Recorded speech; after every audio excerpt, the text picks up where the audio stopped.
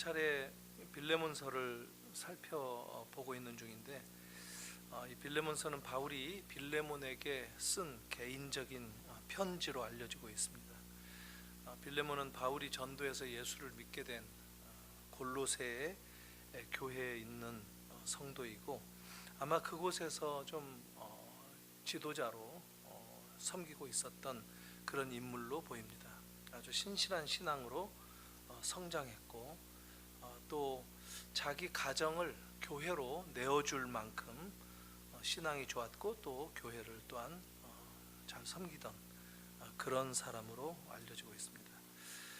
그런데 그의 소유 가운데 오네시모라고 하는 종이 있었는데, 이 종이 도망을 쳤어요.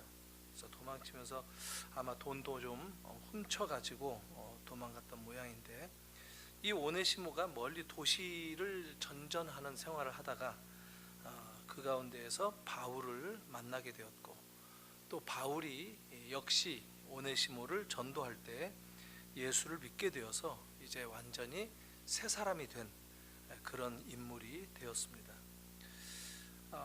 이 상황을 저도 지금 지난 2차례 계속 강조했지만, 복음은 이렇게 사람을 가리지 않는다 하는 것, 복음은 사람들을 차별하지 않고 역사하시는 하나님의 능력이다라는 것을 우리가 확인을 할 수가 있습니다.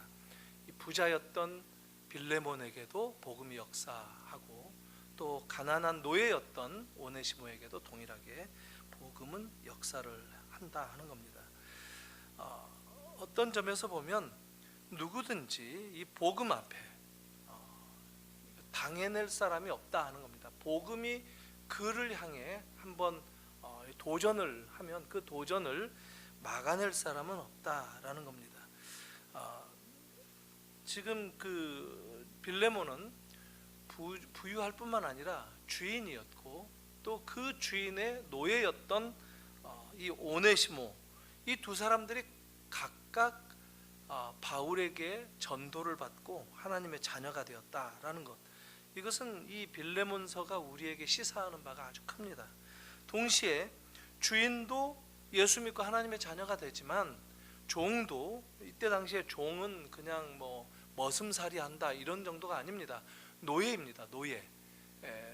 자기 생각을 얘기할 수조차 없고, 어떤 결정권도 없고, 생명조차 자기 마음대로 할 수 없고, 심지어 이름조차 빼앗긴 채 그냥 그 기호로 넘버링이라든가 1번 5번 이런 식으로 짐승들처럼 사고 파는 그런 존재가 되어버린 이런 노예까지도 예수를 믿고 하나님의 자녀가 된다라고 하는 것, 이것을 이 빌레몬서가 시사한다는 것은 우리에게 복음의 역할, 이 복음의 역사하는 것이 도대체 이 리미트가, 이 한계가 어디까지인가 하는 것들에 대해서 아주 중요한 굵직한 인상을 남겨줍니다. 바로 모두가 주 안에서 동일한 하나님의 자녀가 된다라는 겁니다. 노예도 하나님의 형상을 입은 모든 인간이라고 한다면 다 동일하다라는 거예요. 그래서 이 결과가 교회의 공동체다라고 하는 것을 우리 신약 성경은 두드러지게 얘기를 하고 있는 셈입니다. 교회 공동체로 사람들을 불러 모으시는 이 하나님의 능력, 이게 바로 복음의 능력이다라는 것을 이 빌레몬서 전반에 걸쳐서 이렇게 구조적으로 배경처럼 깔고 바울은 이야기를 하고 있다 하는 겁니다. 이 빌레몬에게 지금 편지를 써서 오네시모에게 들려서 보냈는데, 그 도망친 노예에게 주인에게 다시 돌아가라 하면서 지금 편지를 썼는데, 그게 지금 우리가 읽었던 이 빌레몬서인데, 바울은 이 편지에서도 나와 있지만 지금 당장 오네시모가 필요한 상황이었습니다. 나이가 많았고, 또 누가 옆에서 나를 좀 편하게 살기 위해서 시중 들어라, 이게 아니라 아직도 해야 할 복음 사역의 일들이 많은데, 거기에서 조수로, 때로는 어떤 그 이 육체적인 이런 일들을 앞장서서 할 수 있는 이런 쓸모가 있는 상황이었는데, 빌레몬의 집에서 도망친 그 노예다라는 얘기를 듣고 우선적으로 빌레몬에게 돌려보내는 선택을 합니다. 이게 바울의 결정이었고, 바울이 오네시모에게 권면을 하고, 오네시모는 그 바울의 결정에 순종하면서 따르게 된다라는 것, 그게 이 편지를 통해서 우리에게 소개되고 있는 이 구조라고 볼 수 있겠습니다. 그러니까 바울은 지금 자기와 빌레몬과의 관계도 있지만, 또 자기와 오네시모와의 관계도 이 편지를 통해서 함께 밝히면서 그리스도의 사랑으로, 또 그리스도께서 이끌어 가시는 어떤 그 신비로운 관계를 회복하기 위해서 이 편지를 과감하게 썼고, 이 편지대로 시도를 하고 있다. 이렇게 바울의 문제 해결을 위해서 편지를 쓴 그 배경을 우리가 알고 읽는 것이 필요하다, 이런 생각이 듭니다. 그래서 아마 먼저 오네시모를 빌레몬에게 보낸 다음에 이 오네시모를 빌레몬이 받아들이고, 또 그에게 잘못된 도망친 노예로서의 어떤 죄값에 대해서 바울이 의도하는 대로 용서를 한 다음에 이 오네시모를 바울에게 다시 되돌려 보내면, 바울은 그때 문제를 완전히 해결한 평안한 마음으로 모든 그 관계가 회복된 그 상태에서 오네시모와 복음 사역을 계속할 그런 계획이었던 것 같습니다. 사실 오늘 우리들이 읽었지만 25절 전체 내용 가운데서 용서라는 말은 단 한마디도 나오지 않습니다. 용서라는 단어는 한 번도 나오지 않습니다. 그럼에도 불구하고 이 빌레몬서는 용서에 관한 메시지를 강하게 가지고 있는 그런 편지입니다. 빌레몬서 하면은 용서받은 이 오네시모의 이야기다라고도 우리가 해도 틀린 말이 아닐 만큼. 근데 어떤 사람들은 여기서 바울이 노예 제도를 인정했다라고 비판적으로 말한다고 지난번 말씀드렸죠. 사실 바울은 노예 제도를 인정한 것은 분명히 맞는 것 같습니다. 그래서 사람들이 이제 거기서 한 걸음 더 나아가서 오해를 하는데, 기독교는 노예 제도를 인정하는 종교다.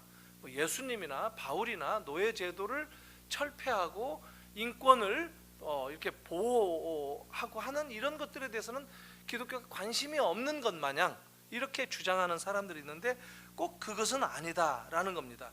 예를 들면 오네시모를 주인인 빌레몬에게 먼저 돌려보낸 것, 이것은 노예 제도를 그대로 수용한 배경 때문에 그런 것이죠. 그렇다고 바울이 노예에 대해서 이 노예 제도의 룰 안에서 자기도 적응을 해서 노예에 대해서 차별을 하거나 한 흔적은 전혀 없다라고 하는 겁니다.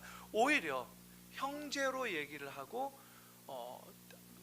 내가 그 감옥에서 낳은 내 아들이다, 복음으로 낳은, 내가 전도한 그리스도 예수 안에서의 형제가 된 관계다, 이런 것을 강조한다는 것이죠. 바울은 빌레몬과 마찬가지로 오네시모에게도 동일하게 예수 그리스도의 복음을 전했습니다. 그러니까 차별하지 않았습니다. 가난하다고 또 노예라고 예수 그리스도를 몰라도 되고 그런 것들을 얘기하지 않습니다. 이건 굉장히 시사하는 바가 큽니다. 과거의 선교 역사를 보면 이 선교가 서양의 그 식민지 정책과 더불어서 진행되지 않았습니까? 그렇기 때문에 선교사들이 그런 제국주의적인 문화에 젖어서 선교를 하는 경향들이 많이 있습니다. 그래서 가서 보면 선교는 선교대로 하는데 아주 고급스러운 그 나라의 그 귀족들이라든가 이런 사람들만 만나서 전도하고, 자기 집안에는 여러 종들을 일하는 그런 일꾼들을 부리면서 그 사람들에게는 복음을 전하지 않는 이런 경향들이 덜어 있는데, 그것은 굉장히 회개해야 할 그런 기준이기도 합니다. 이건 사실 우리 한국도 마찬가지예요. 우리 한국도 고생하는 선교사들이 대부분인데, 개 중에 뭐 이제 뭐 열에 하나, 뭐 100에 하나 이런 분들은 저 아프리카라든가 저 인도라든가 이런 데 보면은 인건비가 싸잖아요. 그러니까 노예 부리듯이 일꾼들을 집에다가 열어두고 이 일 시키고 저 일 시키고, 자기는 마치 이 여왕처럼 이 귀족처럼 행세하는 이런 사람들인데, 이건 모르는 것 같지만 다 또 알만한 사람들 알게 되거든요. 이것은 굉장히 나쁜 것이다라는 거예요. 먼저는 예수 그리스도 안에서 누구를 상대를 한다 할지라도 동등하게 대하고 하는 것들, 이게 굉장히 중요하다라는 겁니다. 특별히 이렇게 무대를 벗어난, 그러니까 조명받지 않는 그 그늘진 장소에서 그 사람의 인격이 나타난다, 이런 말이 있습니다. 아무도 보지 않는 그런 가운데 사람들을, 힘없는 사람들을 어떻게 대하는가에 따라서 그 사람의 신앙 성품이 나타난다라는 거예요. 그래서 정말 우리들이 예수를 제대로 믿었는가 안 믿었는가라는 것을 확인을 하는 그 기준은, 저는 그렇게 생각합니다. 그걸 가급적이면 실천하려고 애를 써요. 돈이 많이 있는 사람들, 잘 사는 사람들은 그냥 그런 대로 적당히 대해주면 되는 거예요. 그렇지만 가난하고 병들고 힘이 없어 보이는 이런 사람들, 세상 어디에다가도 자기의 어려움을 하소연할 수 없는 이런 사람들에게는 더 따뜻한 눈길로 더 가까이 손을 내밀면서 다가가는 것이 우리 그리스도인들에게 필요하다라는 생각이 듭니다. 이런 삶을 우리들이, 이게 바로 복음이 만들어내는 삶이다. 복음이 내 안에, 내 마음을 이렇게 역사한 그 성령이 내 마음을 어루만진 그런 사람들의 특징은 바로 그렇게 그늘진 상황 가운데서 자기의 오히려 고귀한 인격의 이 모습을 드러내는 그런 삶을 산다라는 것. 물론 이제 뭐 사회적으로 이름 있는 사람들, 뭐 그렇다고 해서 또 무조건 무시하면 안 되겠죠. 근데 그런 부분들이 이런 어떤 그 그리스도인으로서의 삶의 가치관, 윤리적인 규범, 어떤 지켜야 할 어떤 인생의 철학, 이런 것들은 정말 확고하게 가져야 되는데, 그게 뭐냐면 누구라도 복음은 사람들을 가리지 않는다라는 것, 대상을 가리지 않는다라고 하는 것. 복음은 오히려, 그래서 누가복음 같은 경우에는 계속해서 그래서 오해를 많이 받아요. 누가복음 같은 경우는 뭐 민중신학, 과거에 80년대 민중신학이 막 득세하기도 하고, 저 안병무 교수를 중심으로 해서 또 저 남미에서는 해방신학 이런 게 일어나게 됐는데, 그 배경이 뭐냐면 교회가 가는 곳에, 기독교가 복음이 전파되는 곳에 오히려 귀족들에게만 더 그 관심을 보이고, 가난한 사람들, 민중들, 이런 사람들은 자꾸 외면당하게 되고 더 가난하게 된다든가. 남미는 정말 제가 엊그제도 그 마을버스로 세계를 가다 해서 2년 동안 세계 여행을 마을버스 가지고 갔던 우리 임택 이 작가예요. 그 책을 써가지고. 그래서 요즘에는 방송도 많이 나온다고 그러는데, 그분하고 한 하루 저녁 어디를 갔다 왔는데 그런 얘기를 하더라고요. 남미에 가서 보면은 물건 조그마한 구멍가게나 이런 데에도 철문이 다 내려져 있어가지고 조그마한 창구, 전당포 창구처럼 이걸로 해가지고 그 안에 있는 물건, 사고 싶은 물건 손가락으로 적어 주세요 해가지고 돈을 지불하고 받는 데입니다. 나라들이 다 그런 모양이라는 거예요. 베네수엘라라든가 콜롬비아라든가 이런 이 중남미 지역이 300년간 로만 캐톨릭이 지배했던 결과가 가난한 사람들이 한없이 비참한 삶을 살게 되고, 왜냐하면 총으로 쏘고 하는 이런 것들이, 그러니까 정상적인 사회 기능을 하지 못하는, 우리나라에서 그런 일이 있을 수 있나요? 우리나라는 정말 거기에 비하면 선진국이더라고요. 근데 동남아만 가도 그러지는 않지 않습니까? 물론 사고 싶은 물건이 없어서 문제지. 근데 그런 식으로 사람의 가치를 정말 파리 목숨처럼 서로 여기게 되는 그런 일들이 왜 벌어졌느냐면, 가난한 사람들에게 이제까지 무시하고 해왔던 것들이 쌓여서 생겨난 것들이 해방신학으로 이렇게 나라를 뒤집어야 된다 이러면서 계속 반란이 일어나게 되고 하는 이 악순환이 계속된다라는 것이죠. 기독교가 사실 이 복음 안에서 제대로 된 질서를 회복하는 일에 뛰어들지 못한 그런 암울한 결과가 아니겠는가 하는 생각이 듭니다. 우리 한국 교회도 교회가 자꾸 부유한 쪽으로 부자가 되려고만을 추구해요. 교회가 그러니까 사람들도 부자가 되려고만 추구하고, 부자가 되겠다는 발상은 근본적으로 뭐냐면 여기서 좀 더 부하게 잘 살겠다는 거거든요. 이 세상에서, 이 땅에서 좀 더 잘 살겠다는 생각이거든요. 그러니까 하나님의 나라를 조금 더 뒷전으로 밀어내는 자기도 모르는 선택에 다른 게 아닌 거거든요. 그러니까 이 땅에서 잘 산다, 이거 뭐가 잘못됐냐 이렇게 말할 수 있지만 그 자체는 잘못될 수 없다 할지라도 하나님의 나라가 그만큼 더 멀어져 가는 내 이 땅에서의 삶의 선택, 이것만으로도 문제다라고 할 수 있습니다. 그래서 우리가 너무 부만을 쫓고 하는 그런 것들은 바람직하지 못합니다. 그래서 교회를 줄 세우잖아요. 그게 어느 교회가 부자 교회인가, 어느 교회가 땅이 많은가, 집이 얼마나 큰가, 이런 것들로 생각하는 거. 이게 뭐냐면 한마디로 말하면 복음의 질서를 제대로 지키지 못하는 거. 복음을 깨닫지 못하고 복음이 무엇인가를 깨닫지 못하고, 교회가 그 한 시대가 바로 이 복음의 진리를 망각한 채, 눈이 어두워져서 바라보지 못한 채, 오히려 복음이 기능하고 세상을 살리고 세상에게 뭔가 아름다운 삶의 구성을 만들어내는 일을 역행시키는 그런 결과다라고 말할 수 있다는 것이죠. 사실 복음은 그렇지 않다는 거예요. 그게 우리에게 주어졌을 때 정말 기쁨이 있게 되고 평안이 있게 되고 하는 것이다라는 거예요. 오늘 이 말씀도 마찬가지인데, 용서의 이야기, 용서해달라라는 말은 직접 하지 않아요, 바울이. 그렇지만 구석구석 모든 그 이 언어의 장치가 왜 빌레몬이라면, 아니 사도 바울 선생님이 왜 오네시모를 내게 보냈지? 도무지 이해할 수 없네.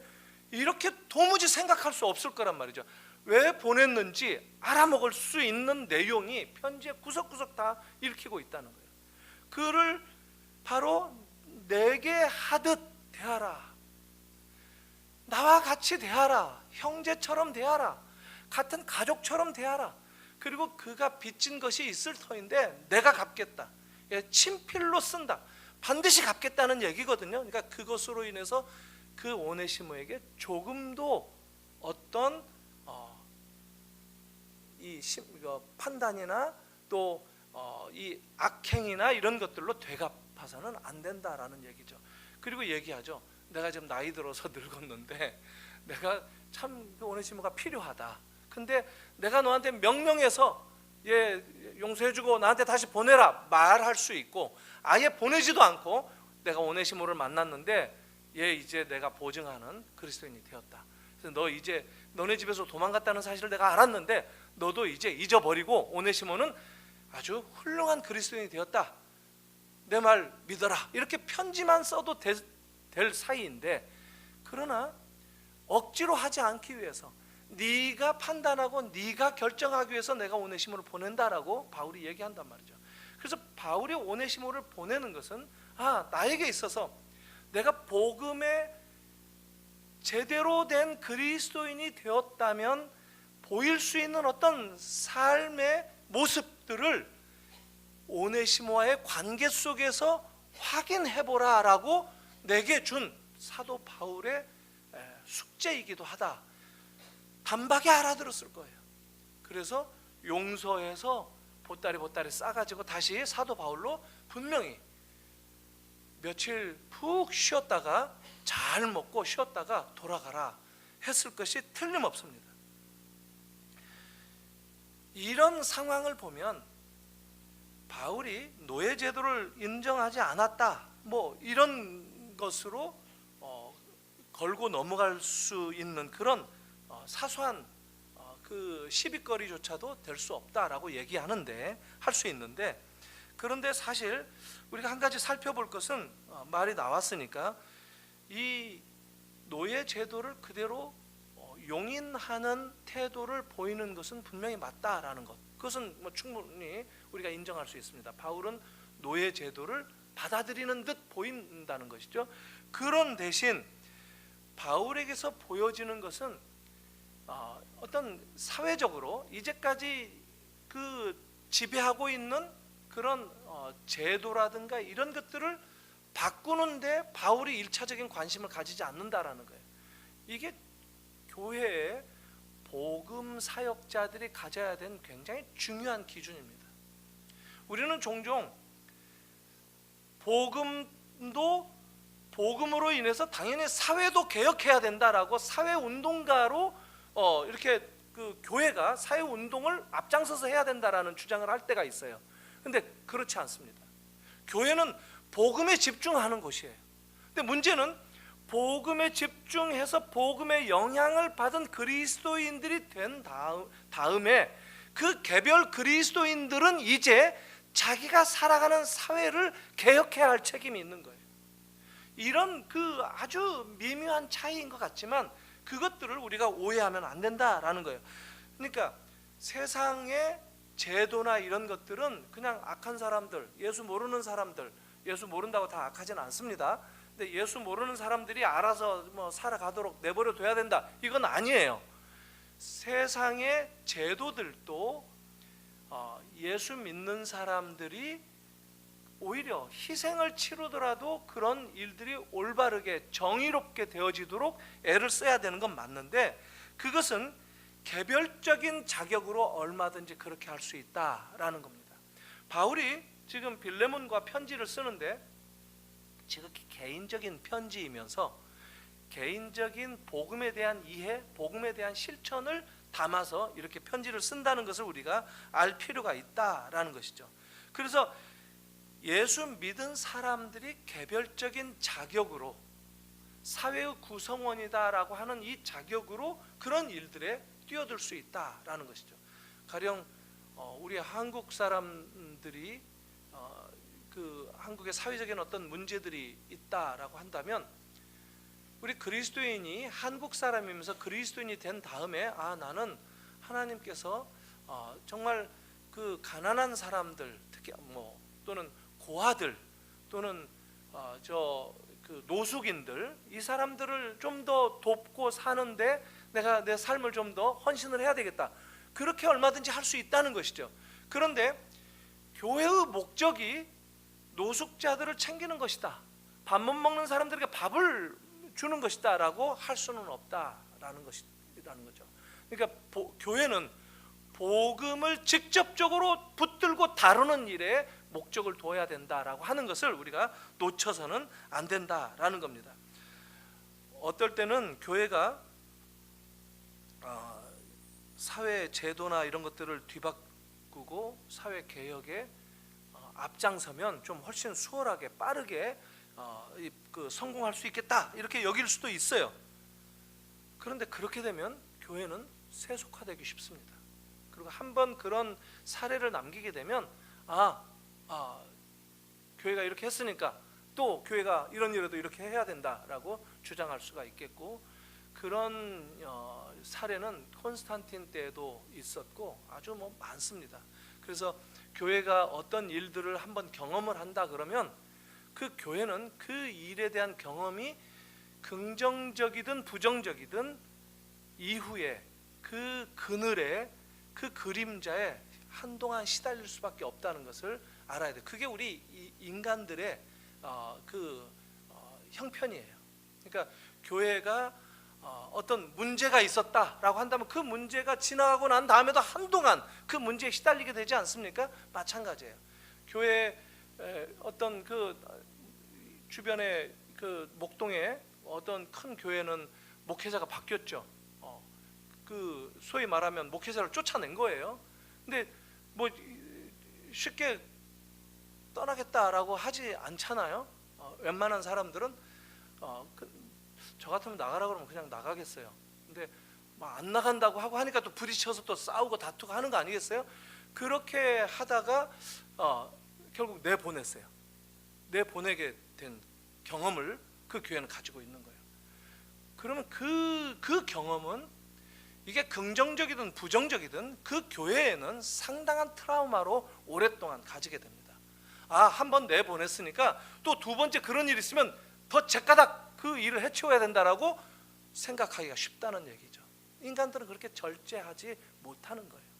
과거에도 좋은 일을 또 개혁하고 하는 일에 앞장선 그런 교회들이나 그런 개인들이 많이 있는데, 그것 때문에 10년 뒤에 20년 뒤에 엉뚱한 선택, 그 고집 때문에 붙들고 있었던 그런 사람들이 교계 지도자들 가운데 의외로 많이 있습니다.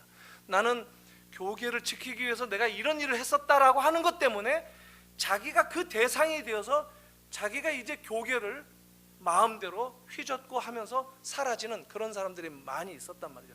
최근에 제 모교이기도 한데 이 총신대학교 총장이 지금 교육부한테 한동안 수업도 못하고 그러던 중에 교육부의 해임을 하는 바람에 해결이 됐어요. 이게 교권이 그렇게 무서운 결과를 낳는 거예요. 80년대 제가 다닐 때에는 이영수 목사라고 교권의 이 호메이니 같은 이런 사람이 온 힘을 가지고 다 교계를 휘저었는데, 그걸 보고 자란 세대인데 자기는 그 사람을 쫓아낸 사람이 이제는 자기가 그 짓을 하고 있는 이런 일들이 인간 사회에 너무 많다라는 겁니다. 왜 그러죠? 내가 이 일을 했었기 때문에, 내가 이런 사람이다라는 것이 지워지지 않기 때문에. 그래서 겸손해야 되는 게 매우 성경이 강조하는 이유가 그것 때문입니다. 그렇게 사회적인 그런 경우만이 아니라 모든 경우에도 다 마찬가지인데, 그런 면에 있어서 교회는 어떤 제도를 바꾼다든가 하는 어떤 이 구조를 개혁한다든가 하기보다 바울이 붙들고 우리에게 보여주는 대로 복음은 인격을 뒤집는 것이다 라고 하는 것, 이것을 1차적으로 가지게 되고, 그렇게 되면 결국 제도는 봄이 왔을 때 꽃이 피면 더 이상 주변의 눈은 보이지 않는 것처럼, 언제 눈이 녹았지? 언제 눈이 없어졌지? 언제 얼음이 단단하게 얼려 있었지? 생각할 수조차 없을 만큼 봄에 눈이 녹듯이 다 사라지는 것, 고쳐지는 것, 이게 제도다라고 하는 것을 다시 확인할 필요가 있다 하는 겁니다. 다시 빌레몬으로 돌아가서 바울은 이렇게 노예 제도를 해결하는데 우선 관심을 가졌던 것은 아니다라는 것을 우리가 알고 개인적인 그 사람들의 관계를 회복하는데 집중했다라고 하는 것을 우리가 알 필요가 있습니다. 근데 그 주제가 뭐냐? 개인적인 관계가 회복되어지는 것, 그건 뭐냐 하면 바로 주인인 빌레몬에게 용서를 베풀라라는 메시지입니다. 그리고 오네시모에게도 용서를 구하라라고 보낸 겁니다. 그리고 오네시모도 순종했고 빌레몬도 거기에 순종을 하는 그 모습을 지금 보여주고 있다라는 것이죠.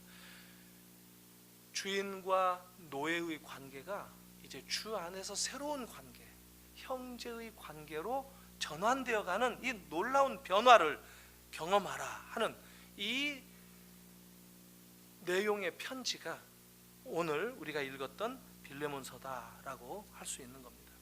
사실 오네시모는 도망친 노예였기 때문에 그를 이렇게 기다리는 죄의 그 처벌에 대한 것은 끔찍한 죽음의 형벌이었을 겁니다.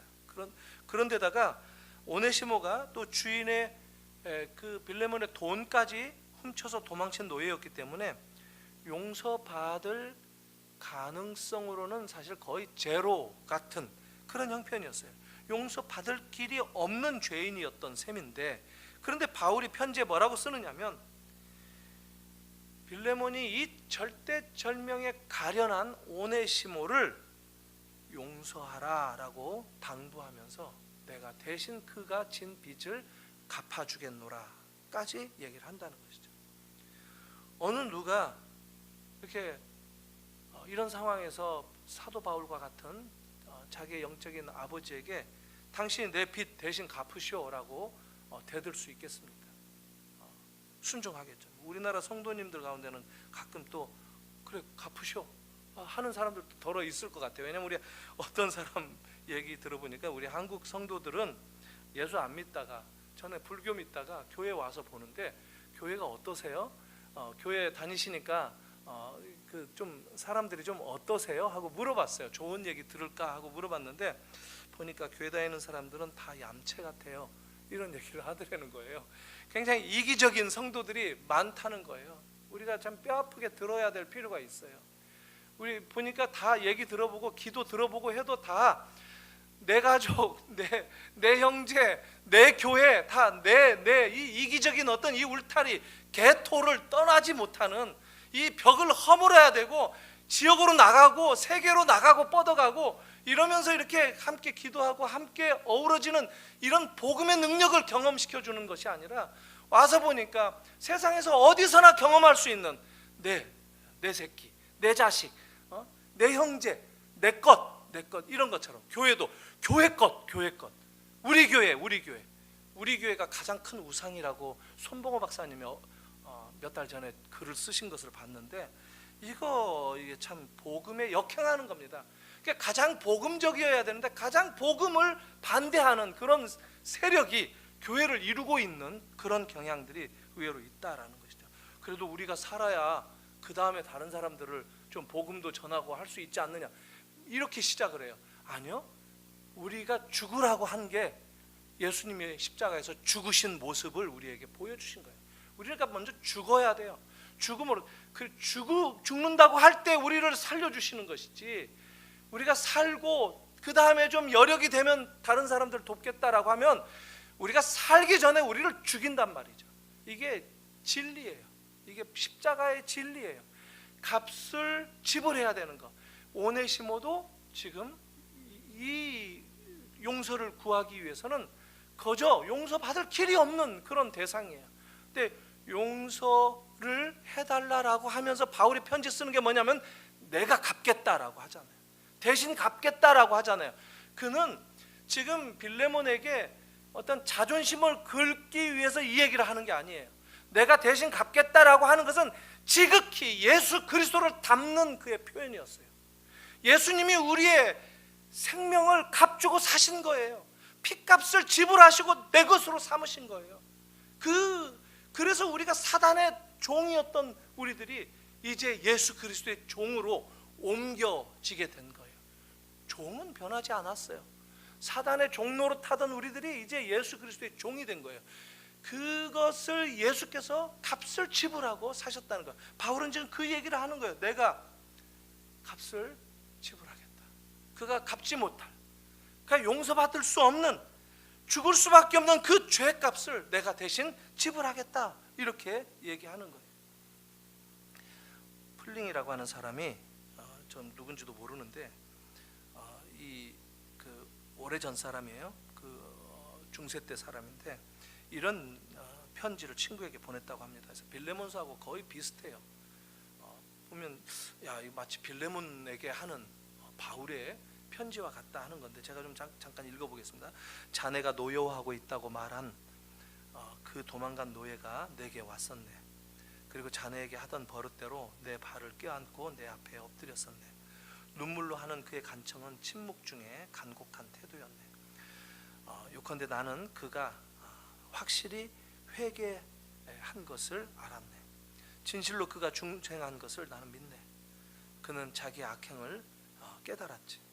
물론 자네가 노여워하고 있는 것을 아내만, 또 그럴 수밖에 없는 이유를 내가 아내만, 그러나 노할 수 있는 가장 정당한 이유를 가지고 있으면서 베푸는 자비가 최고의 상급을 얻는 법이 아닌가.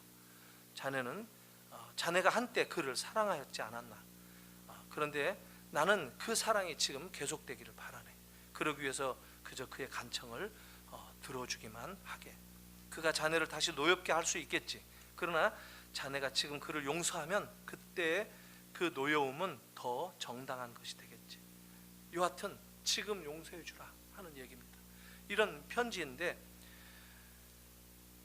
바울은 에베소서에서도 서로 용서하기를 하나님이 그리스도 안에서 너희를 용서하심 같이 하라라는 얘기를 했었고, 성경 여러 곳에서 서로 용서하라 하는 말씀을 많이 합니다. 그 중에 가장 앞권이 마태복음 18장에 나오는 용서 받은 이 아주 큰 돈을 탕감받은 죄인이 자기는 자기에게 얼마 탕감받지 못한 얼마 빚지지 않은 그 사람을 탕감해주지 못한 이 용서하지 못한 종에 대한 비유가 바로 생각나는 그런 주제가 아닌가 싶습니다. 왜 우리가 다른 사람들의 죄를 용서하면서 살아야 하죠? 예수님은 이렇게 하면 너희가 하나님의 아들이 될 것이다, 이렇게 말씀을 하셨습니다. 그러니까 죄를 용서해 주는 이 성품, 이것은 사실 인간적인 것이 아니에요. 바로 하나님에게 속해 있는 그런 성품이다라고 하는 겁니다. 그래서 우리가 서로 용서하고 그럴 때 하나님의 사람이 될 뿐만 아니라 우리가 신의 성품에 참여하는 그런 자들이 된다 하는 겁니다. 그래서 오늘 이 빌레몬서 이 주제, 보이지 않는 그리고 단 한마디 단어가 나오지 않지만 용서라고 하는 이 주제를 저희들이 다시 한번 생각하면서 나는 누구에게 또 용서를 구할 것은 없는가, 또 아니면 나는 누구를 용서할 사람은 없는가 하는 것들을 좀 같이 생각하면서 우리의 삶이 용서하는 자의 삶이 되기를 좀 소망하는 그런 복음의 능력에 사로잡혀진 그런 그리스도인이 되었으면 합니다. 이 시간 한번 같이 찬송가 한 곡 부르고, 은혜의 샘에서 나오는 약할 때 강함 되시네 215장인데 이거 한 곡 부르고 좀 기도 좀 나누면서